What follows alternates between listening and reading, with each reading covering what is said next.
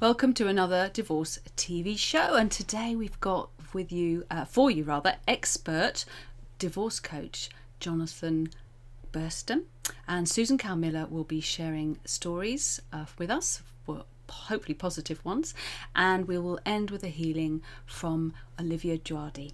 But first, let's catch up with the divorce news all around the world.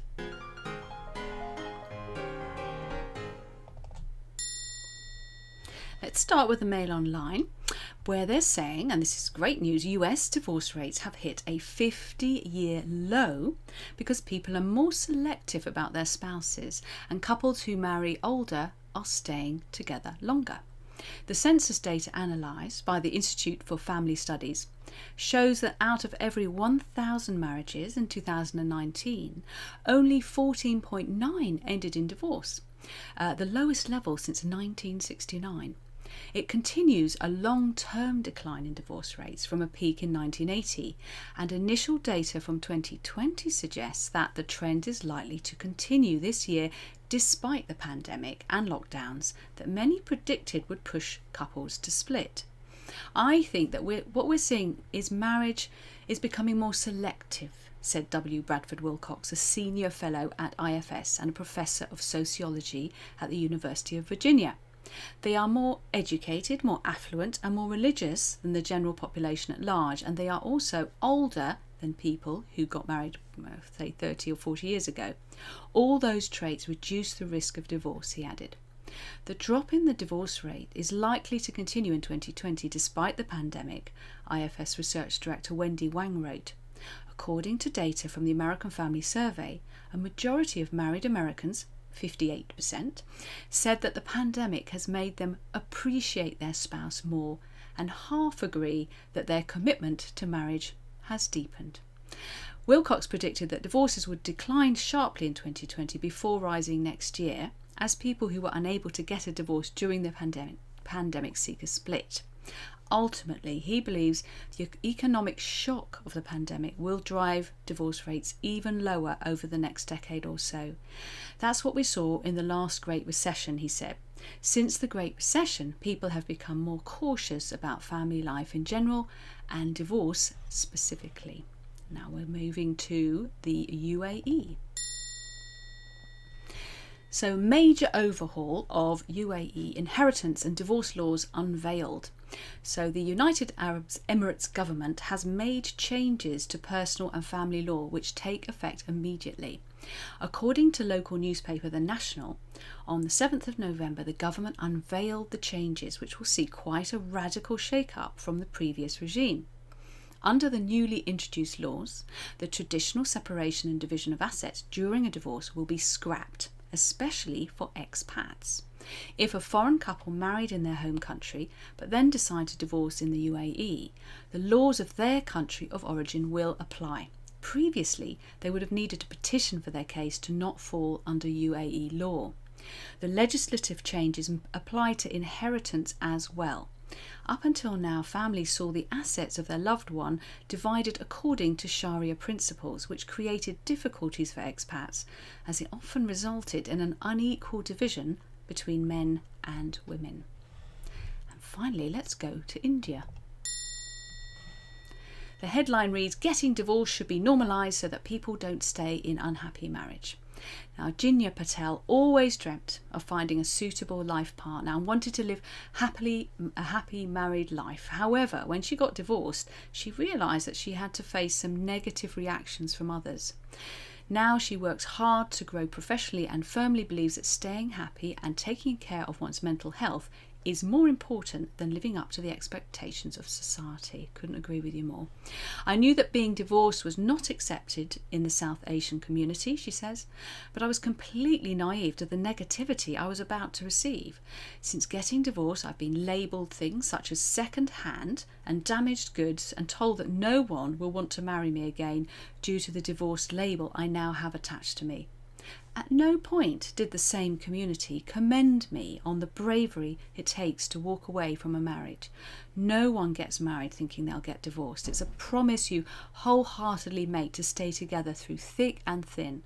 Divorce is the last resort when you no longer have any fight left in you," she says. Getting a divorce is a conversation that needs to be normalised in the South Asian community so that people aren't isolated into staying in unhappy marriages and potentially life-threatening situations. Since my divorce 4 years ago, she says, I've experienced life in a way that I never thought possible. I've travelled the world, I've faced my fears, I've spent a whole day in my pyjamas watching Netflix. Pretty wild. But most importantly, I've invested in me and my mental health, which are both things that I'd neglected for the past 32 years. Being a divorcee, she says, isn't a weakness like the Asian community would have you believe. It's your superpower. Now, we can talk about superpowers and being powered up and divorcing the best way possible. We're now going to talk to divorce coach Jonathan Burston.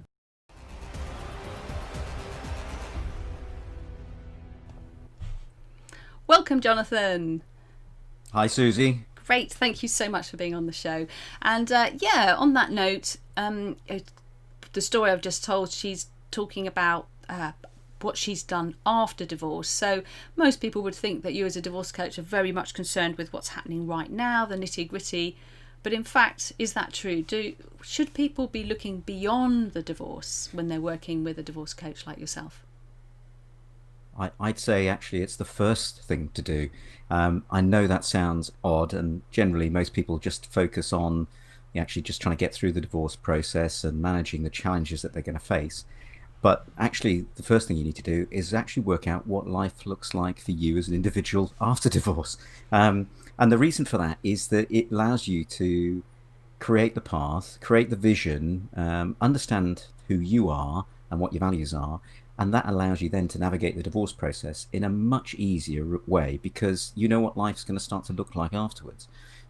So I think, I say to many clients, which can be a bit of a challenge when they are in the weeds, they're feeling this, what I call a bucket of overwhelm, where there's so much going into the bucket that it's overflowing and they can't see the wood from the trees. Actually, you need to take that step back, get the helicopter view and say, all right, if we project 6, 12, 18 months from now, let's start to work and look at what life looks like for you afterwards. Try to design that, and therefore that allows you to have almost create the light that you need at the end of the tunnel to help you navigate the divorce process. Well, that's easier said than done, though, isn't it, Jonathan? It is, but with the right coach and the right frameworks, you can help a client navigate this. And one of the things I say to clients is go through the process first. And there's a framework that one can go through, which by nature starts very much at the environment level and the events that are going on with regards to the divorce and your thought process you are at the moment. Then it leads into an actions and behaviors that are often coming off those environments. And then you start to work up through these levels of capabilities into values, into identity, and into the vision of what you want in the future, and who else benefits from you being that person. And then you work back down to say, okay, well, if you've got this vision and you've got this identity and you've got these values, and what actions do you need to take, and how does that change the environment you're operating in? So you work sort of up the levels and then down the levels to create the picture for you. And yeah, you're right, it is easier said than done, but if you work with a coach or work with somebody who can guide you through that process, it can be quite cathartic and actually quite refreshing, and start to remove some of the fear, the anger, the frustration, all the sense of emotions you get with going through the divorce process, so that you can start to come to terms with what life will look like for you. And far too many who go through the divorce process get to the end of it and get to the point of being divorced and then go, well, I'm divorced, what do I do now? And I'm a big advocate of people actually using the divorce process as that catalyst for positive change in their lives, and start to reframe it. I know this may sound completely at odds of what most people will experience or have experienced, and say, Jonathan, this is just rubbish. But the reality is that if you start to paint what the vision looks like for you as an individual and your identity and your values, then that helps you decide what you want from the divorce process, and then to work out actually what is really important to you, and whether you're going to quibble over, a car or £5 here, £5 there. Start to work out what is right for you, and that helps you navigate it with a much better mindset, more emotional resilience, and almost you can start to feel a flow as you go through it.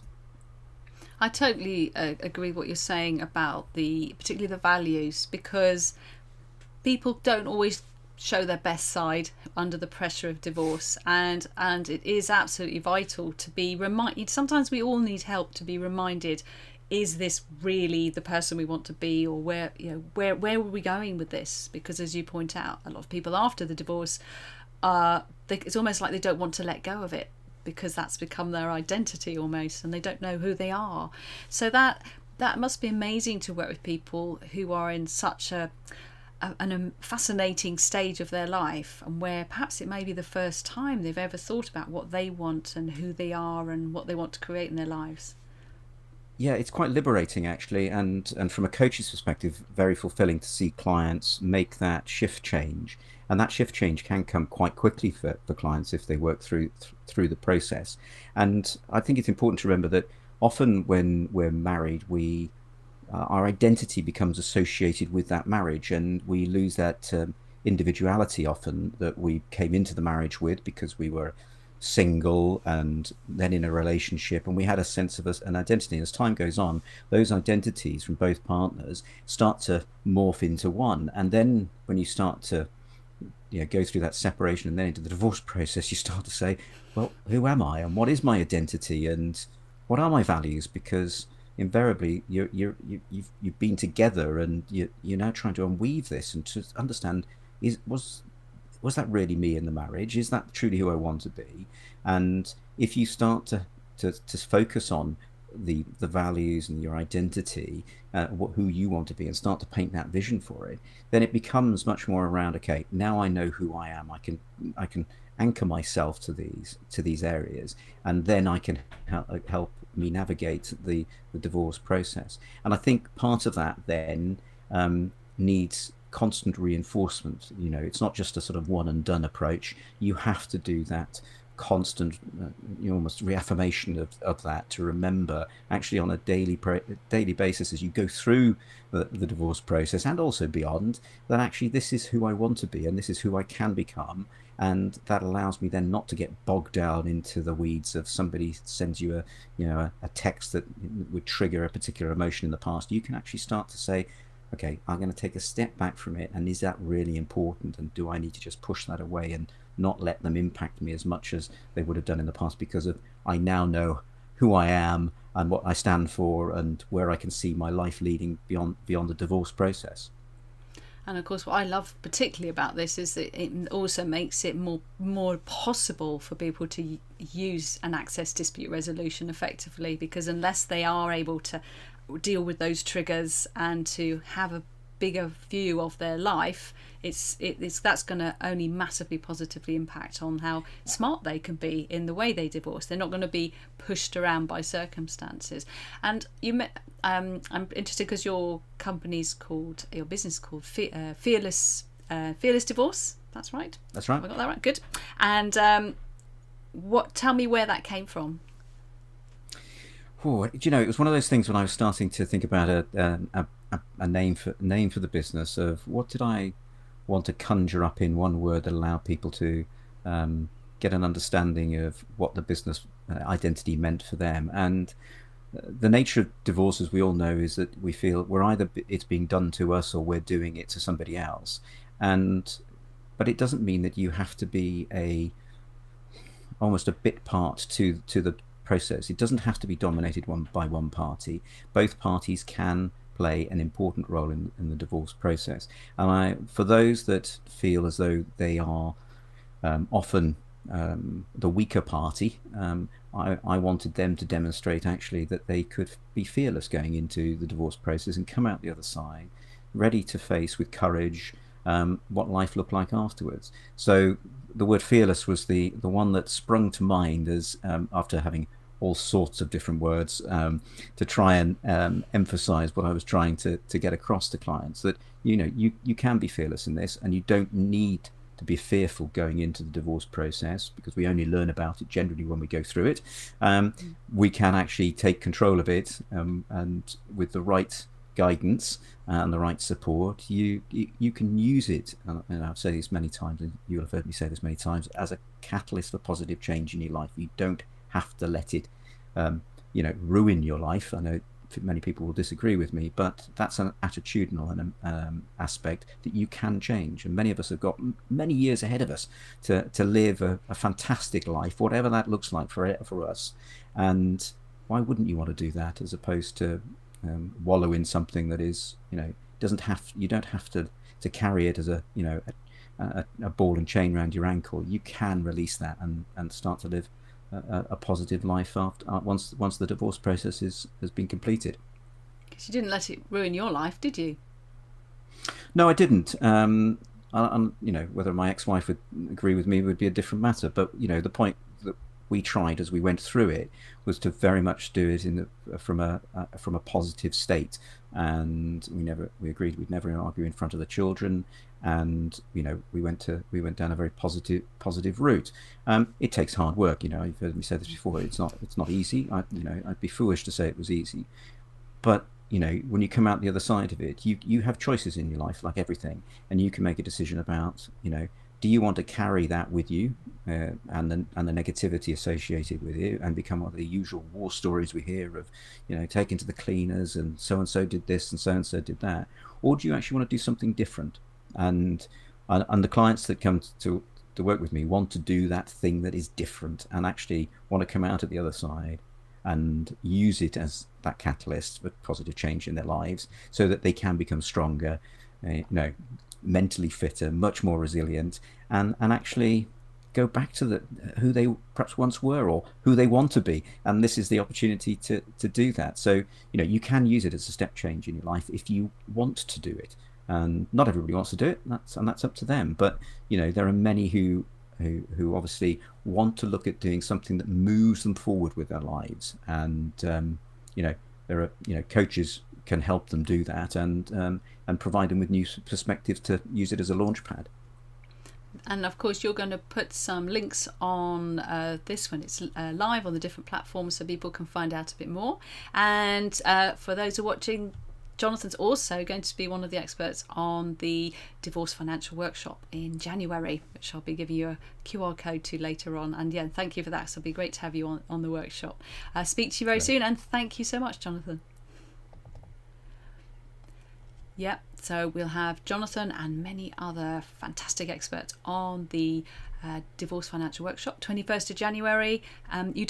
If you join up for that, you don't have to wait till then to get some support, but it will be a great workshop, and obviously only limited spaces. Now, a very short masterclass before we get to the shared stories section. Now, I just wanted to briefly talk about collaborative law. We're working through the set sail part of the divorce masterclass, and obviously part of that is intelligence and making sensible decisions, and of course finding out your choices is a really good way for that. We have had a collaborative lawyers on the show from the US and the UK, but I just wanted to make sure that everyone's really clear, because there's so many people who still don't know who they are, or even that they exist. So despite being available for many years, collaborative law is still relatively unknown in the general public in the UK and the US. You don't go to court, but you do have lawyers at your side through the process. It's particularly useful when you want to involve financial experts or other professionals in key discussions, because everyone can come and sit around at the same time, talk around the table and have a civilised discussion. Saves a lot of time. If you're using a collaborative lawyer, this is the full Monty version. There are some slightly watered down other versions, but the full Monty traditional collaborative law, should the negotiations break down between both parties and a couple decides to go to court, then they have to get different lawyers to represent them. Now, the advantage of this is that collaborative lawyers have then a huge incentive, as do the couple, to find a sustainable and acceptable agreement on all matters relating to the divorce. Collaborative law differs mainly from mediation in that the the couple has immediate access to legal advice on tap during the session. So you can pop out of the room and have a private chat with your lawyer and then come back in again. Again, that can be, especially if you've got a complex divorce with legal aspects and properties and finance, that can really speed things up. It's also like having someone in your corner, some people describe it as, and that but it must be remembered that the collaborative process thrives on the same elements as mediation does. That's full financial disclosure and clear communication. So just because someone's trained in collaborative law, it does not mean they always work collaboratively, and it's important to choose your collaborative lawyer carefully.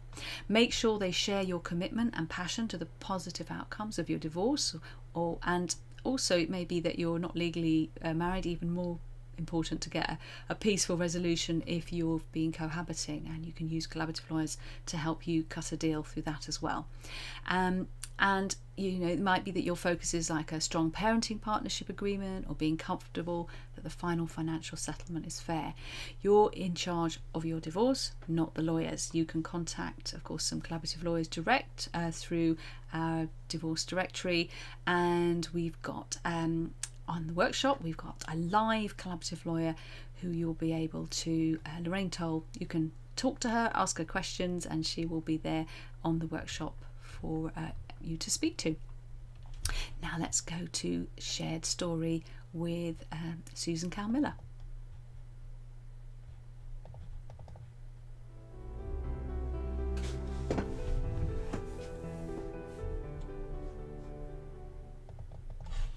I'm now going to bring you in, Susan. How are you doing?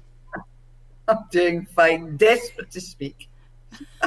You now have the floor. So what you're going to very kindly share some shared stories from people that you've worked with, and hopefully are they going to be positive? Are they going to leave us in a state of hope? Oh yes, there is great hope. Brilliant. So fire away. I always love the shared stories. Well, it's a little mixture of stories. So thanks, Susie, for giving me the opportunity to share these, and in my role as one of your divorce TV experts. Within the group, I share my EFT, emotional freedom techniques, tapping skills, and I help and support clients to lower, manage and clear emotional blocks, to help them clear negative and potentially destructive beliefs. I've been doing this for about 10 years. And if you struggle with any of the debilitating stressors, if you think anger, rage, disappointment, sadness, helplessness, to name a few, this tool will help you. My client work involves highly personal situations, but I can share principal points of some of the cases that I've had. My most recent cases have actually been severe anxiety, almost paralysed with stress and unable to be relaxed in any shape or form. And the underlying root cause of some of these examples have been a sense of, maybe you can relate to some of these, a sense of not belonging, a sense of feeling alone, ill at ease and unable to trust. And to learn a technique was this particular client's aim, to help her when she was dealing with finishing education, actually. Another client had been on anxiety medication for 20 years, still on this medication and unable to cope with life. And while waiting to see the psychiatrist, these days it isn't easy to get an appointment with the specialists. Her feelings, she reported, were of feeling that life wasn't worth living, overwhelmed with being unable to feel at ease or make decisions. And she left the session with a smile, which was truly remarkable.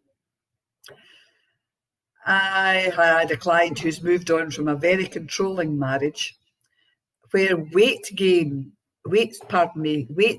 became a serious health problem. That was all resolved, and the client came to me for several sessions because she wanted to feel more at ease with current stressors that had reared. I've also had a client who is now very comfortable in a same-sex relationship. And I'm going to drop in a Parkinson's disease illness that a client came with, because that's a label. It's a label that encompasses multi-layers of trauma, and people have multi-layers of trauma. That in particular is around being trapped in a situation, even if you love the situation, and it often relates to a partner or work. But the client left a set of 6 sessions feeling much more at ease in managing her health journey.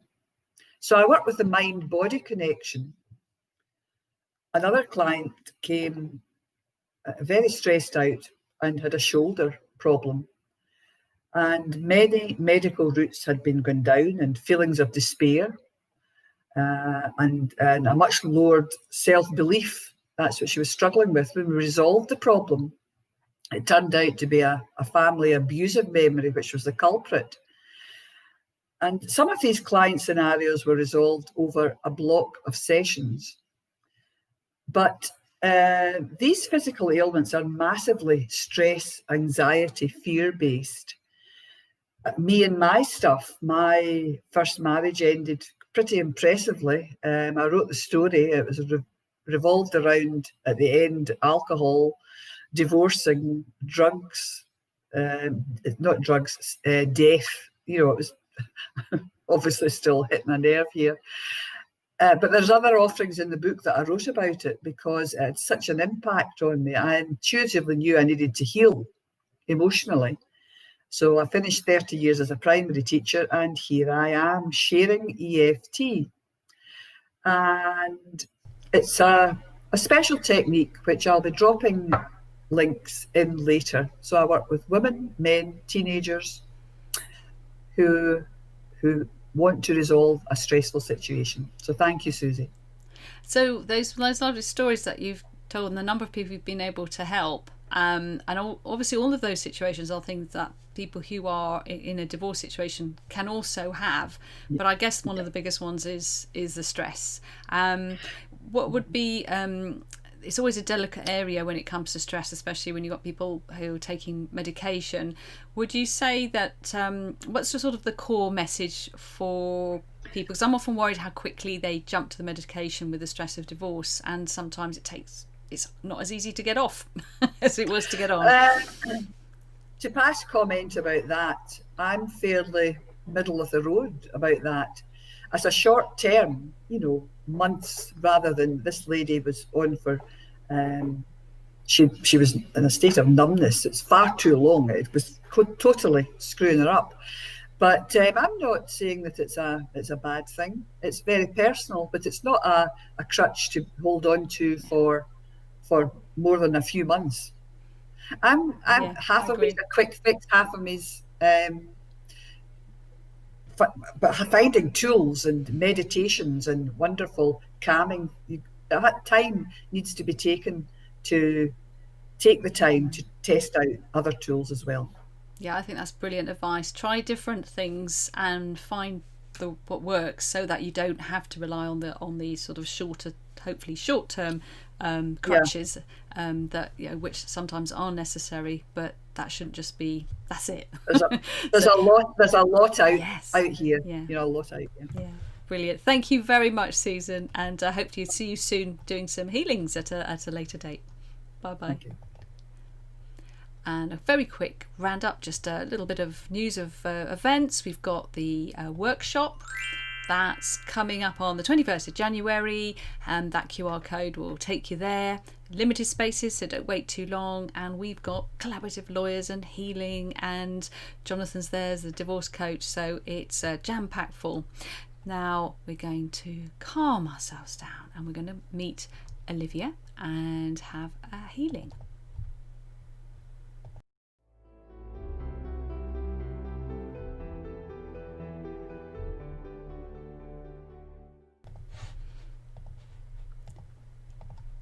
I'm clicking here to try and get you on. You're You seem to have gone muted for some reason. You're not. Have you got yourself unmuted, Olivia? Have you unmuted? Because I'm trying to unmute. Oh, you're there. You're there. Maybe you were cooking your side as well. You're now in. Sometimes it's a little bit sticky. All right, brilliant. So, but we're all going to be we're going to be quiet in a minute because you're going to be the only one talking. Just before you tell us what you're going to be doing with us, you're a psychotherapist. Just tell us a little bit about you and why you do this kind of healing work alongside perhaps more conventional work. Okay, yes. So my name is Olivia Djouadi, and I've been a psychotherapist for about 10 years now. And some of the work I do is around trauma, because unfortunately when parents go through divorce, sometimes that can trickle down to their children, who then grow up feeling quite anxious or depressed. And sometimes parents can be so busy fighting with each other that they're unaware of other things that might be going on. Sort of in connection to the children. So I do talk a lot with adults who as children went through messy divorces with their parents. And I am also somebody whose parents divorced. They should have divorced year one, but they decided to fight it out for 15 years. So I'm well aware of how traumatic it can be, and we need more people who are speaking up for the children, because their voices don't get heard.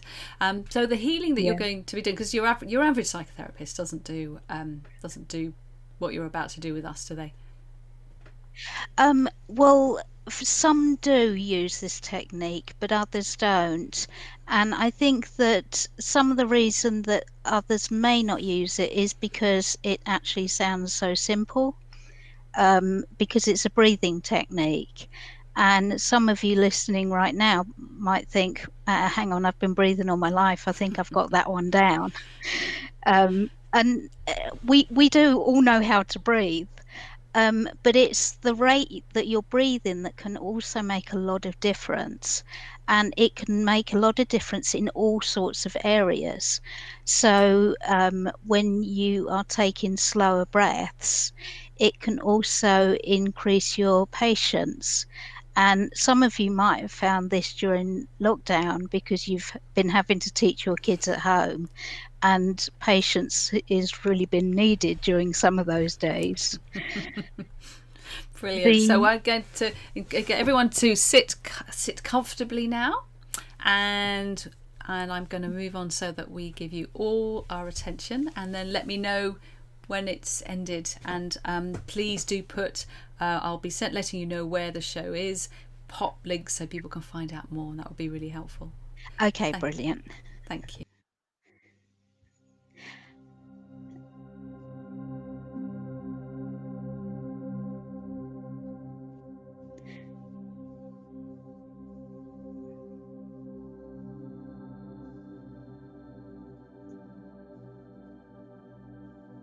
So go right ahead, Olivia. Okay. Hello, my name's Olivia Djouadi, and I'm a psychotherapist, and I've been in practice for about 10 years.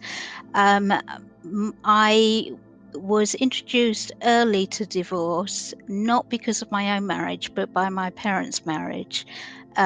They had fallen out quite early on, but they decided to stick it out for 15 years and fought for 15 years straight. And it did affect the children that were in the family in different ways. And but it also affected both my parents, because I could see how depressed and anxious and upset both of them were at different times. And as a trauma psychotherapist, I now assist those who may have been through difficult divorces themselves, or who were children who grew up in very difficult marriages. And so their guidelines of a happy relationship is sometimes a little bit misguided, because they don't know what a normal relationship looks like. One of the techniques I'm going to show to you today, or tell you about today, is a breathing technique. And some of you maybe think...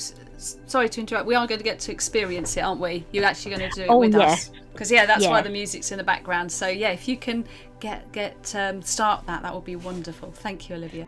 Okay, so if you sit down in a comfortable position and set aside about a minute, because that's really all you need.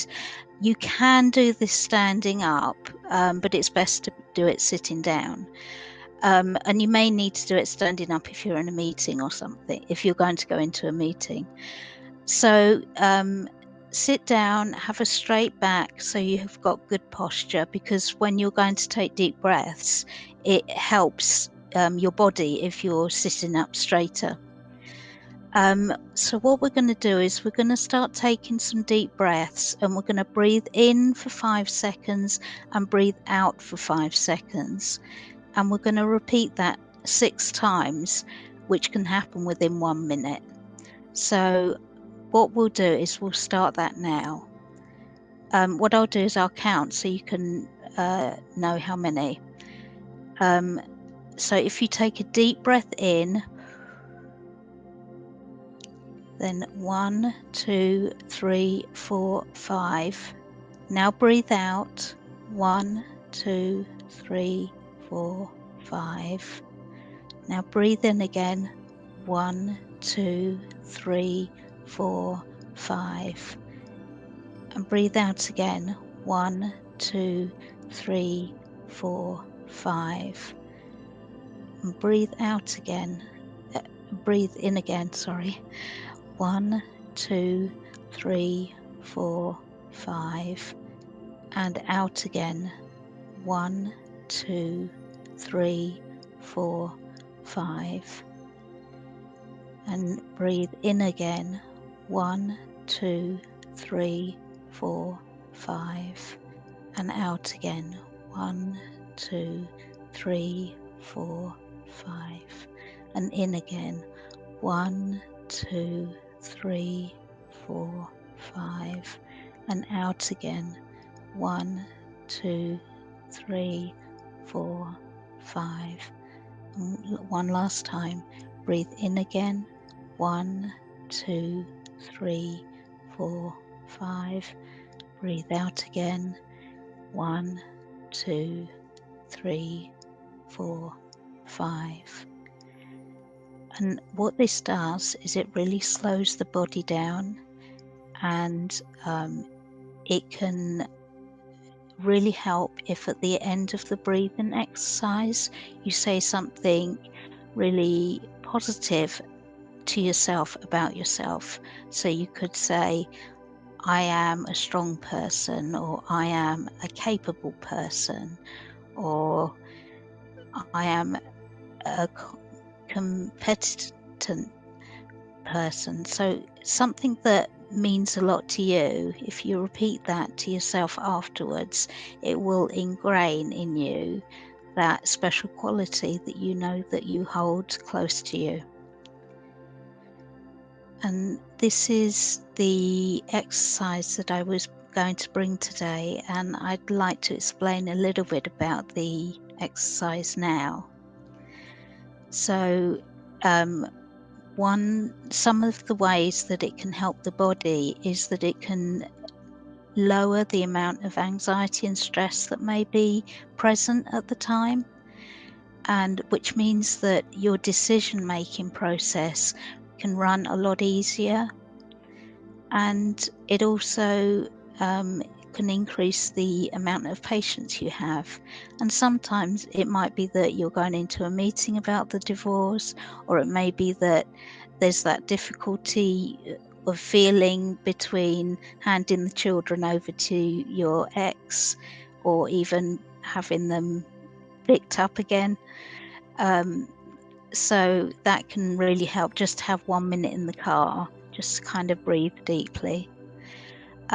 It can also increase your compassion as well, for yourself and also for those around you. Because I think that sometimes when we're in a state of stress, it can start landing on others that are around us, such as our children or even our pets. I have a friend who looks after pets, and she says it's usually not the pets that are a problem, it's usually their owners, because when there's a lot of stress, the pets act up, and when there's a lot of stress, children tend to act up as well. There's also, when you can calm down how you're feeling, you are also a lot better at improving your focus and productivity. So if your brain is all jumbled with anxiety and stress and all sorts of things, then it's harder to make decisions. Even simple decisions start to become difficult. With breathing slowly, you can also start to become aware of your body and start to make connections.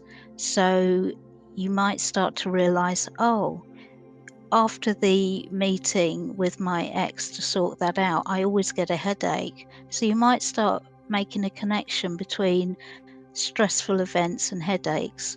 Or it might be that you get quite bad stomach ache after a meeting or a school event or argument with the children, and that is anxiety sitting in your stomach, but instead you're feeling pain, so you don't maybe recognize it as anxiety.